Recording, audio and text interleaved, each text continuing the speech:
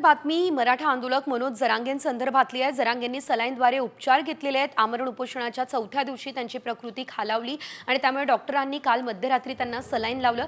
काल आमदार सुरेश धस यांनी अंतरवाली सराटीत मनोज जरांगे यांची भेट सुद्धा घेतलेली आहे। यावेळेस त्यांनी जरांगेंना सलाईनद्वारे उपचार घेण्याची विनंती केली। दरम्यान जरांगेंच्या उपोषणाचा आजचा 5वा दिवस आहे। मराठा समाजाला ओबीसीतून आरक्षण देण्याच्या मागणीसाठी जरांगेंनी आंदोलन सुरू केलेलं आहे आणि त्या दरम्यानच आता त्यांनी काल सलाईनद्वारे उपचार घेतलेत।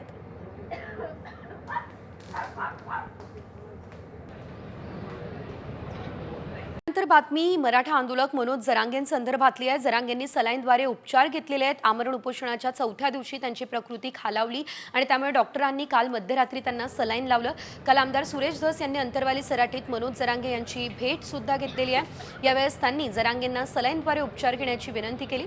दरम्यान जरांगेंच्या उपोषणाचा आजचा 5वा दिवस आहे। मराठा समाजाला ओबीसीतून आरक्षण देण्याच्या मागणीसाठी जरांगेंनी आंदोलन सुरू केलेलं आहे आणि त्या दरम्यानच आता त्यांनी काल सलाईनद्वारे उपचार घेतलेत।